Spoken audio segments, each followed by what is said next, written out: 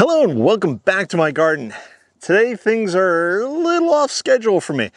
And this video may be going out pretty late, but that's okay because as long as it goes out today, that's the important part. Because if you're new to the channel, if you're just catching up, I'm trying to do a video every day for the next 30 days. And I think I'm up to day 21, 22, 21, 20. Maybe? I don't know. I've lost track. It's all just become quite a blur.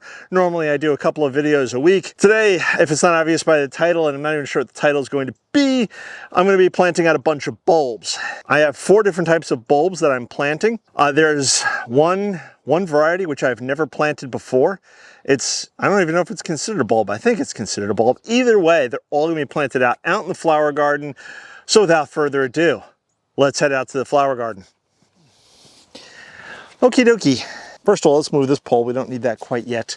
I'm in the corner of the flower garden where it is basically the shadiest. As you can see now, I'm in shade.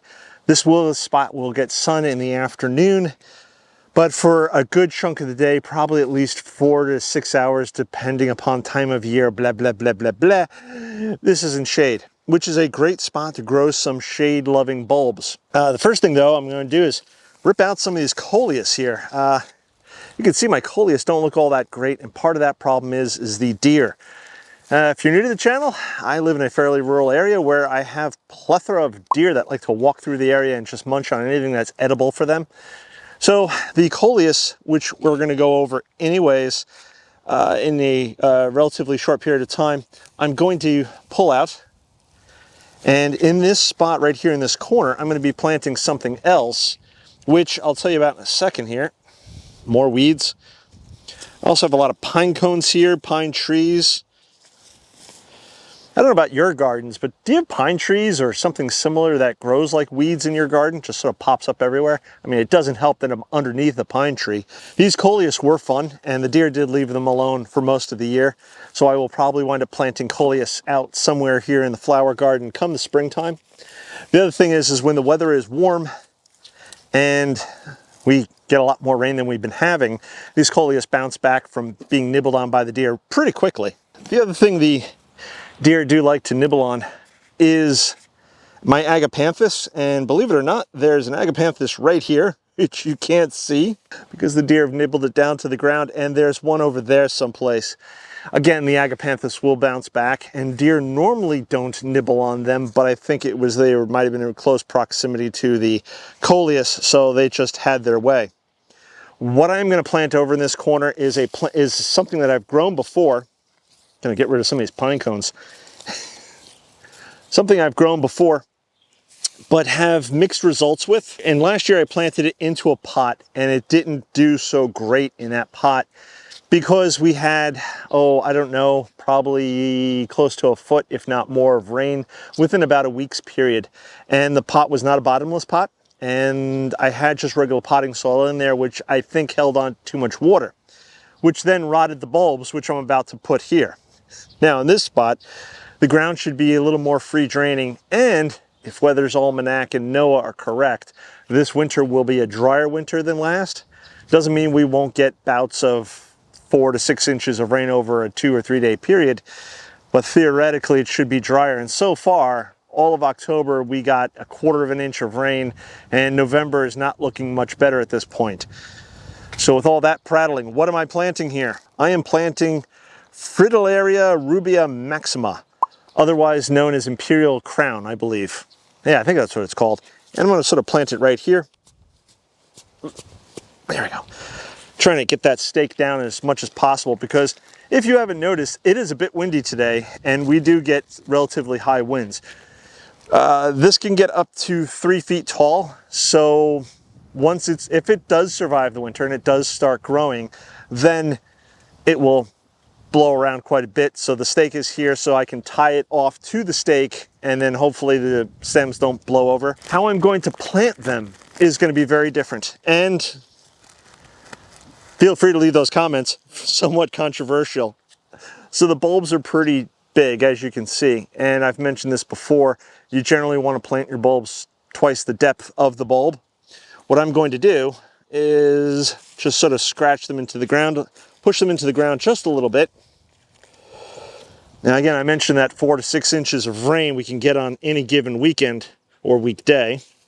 So these bulbs are now essentially sitting on top of the ground. And now I'm going to put a mound of compost over the top of them and then add mulch.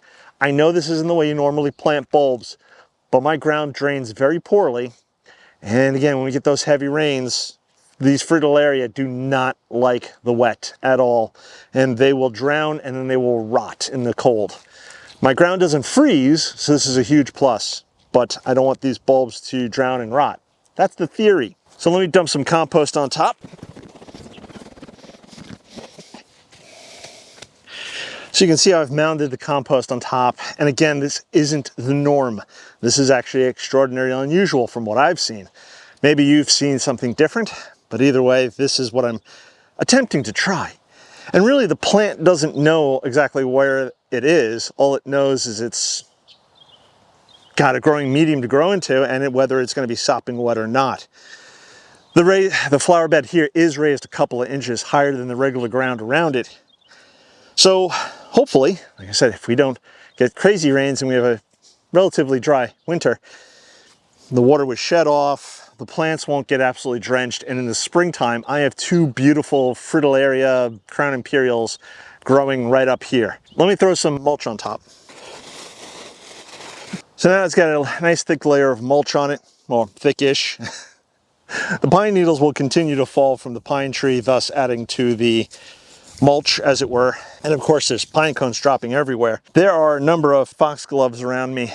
Hopefully they come up in the springtime as well. They survive the winter. And these agapanthus, hopefully again, will bounce back come the springtime and flourish. So sort of a mishmash of plants in this corner. And it'll probably be that way for some time, but I really hope these grow because I really like this plant. I'm also going to plant several other bulbs in this spot.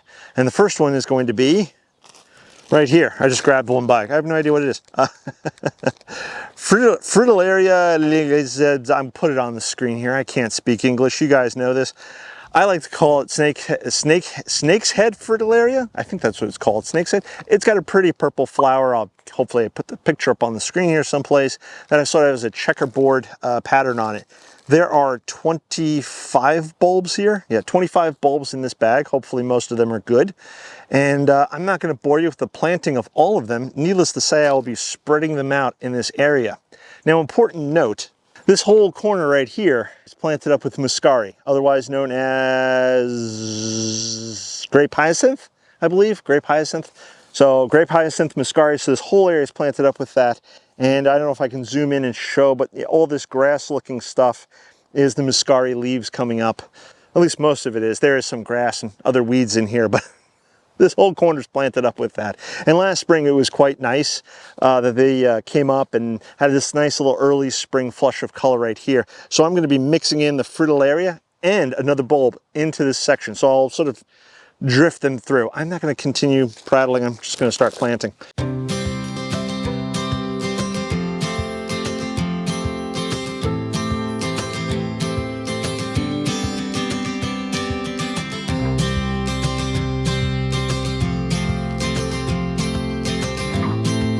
And how I'm planting these is not really important. I'm sure there's many gardeners with many different techniques, but I know my sister yells at me for when I don't show necessarily how I plant things. So I'm simply taking my hori knife, sticking it in the ground a little bit, wiggling it back and forth, making a little hole, dropping the bulb in, trying to get the pointy side up.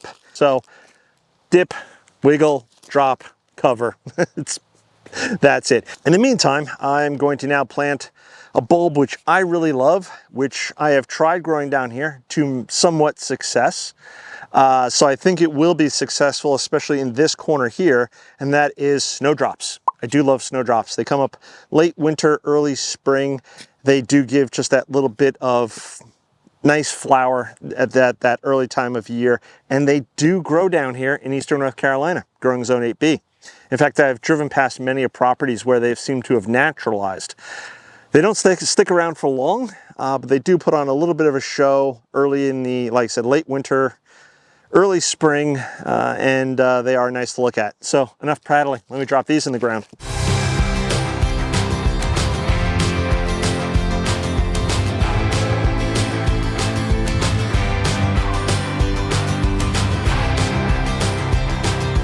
Okay, we're all done with those 3 bulbs being planted. Hopefully, most if not all of those bulbs come up.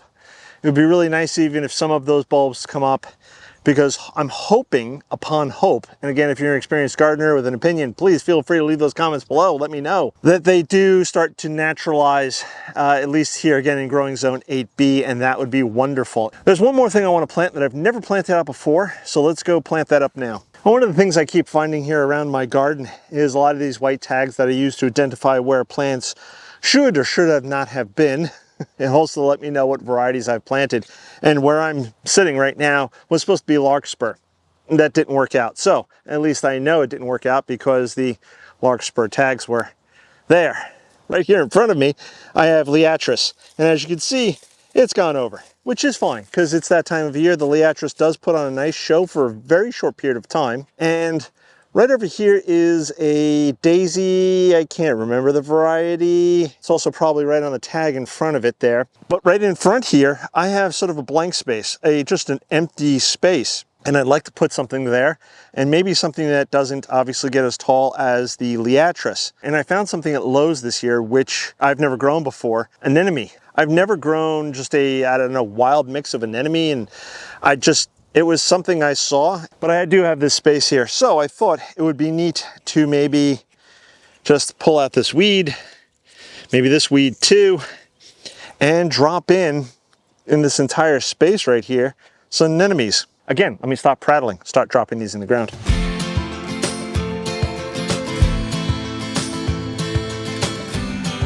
Okay, so I got all 30 planted. Now, I originally just wanted to fill this area here, but I had so many that I put some on the other side of the white breeze Shasta daisy, and I put some over here behind me, over by the calla lily. So again, hopefully in the springtime, I do get this beautiful display. Now they're supposed to get 4 to 6 inches high, which I think is good for the front of the border. I'm not a gardening design expert by far, but I think that'll be okay for the front of the border. And they say that you're supposed to space them, well, it says bulbs per square foot 12.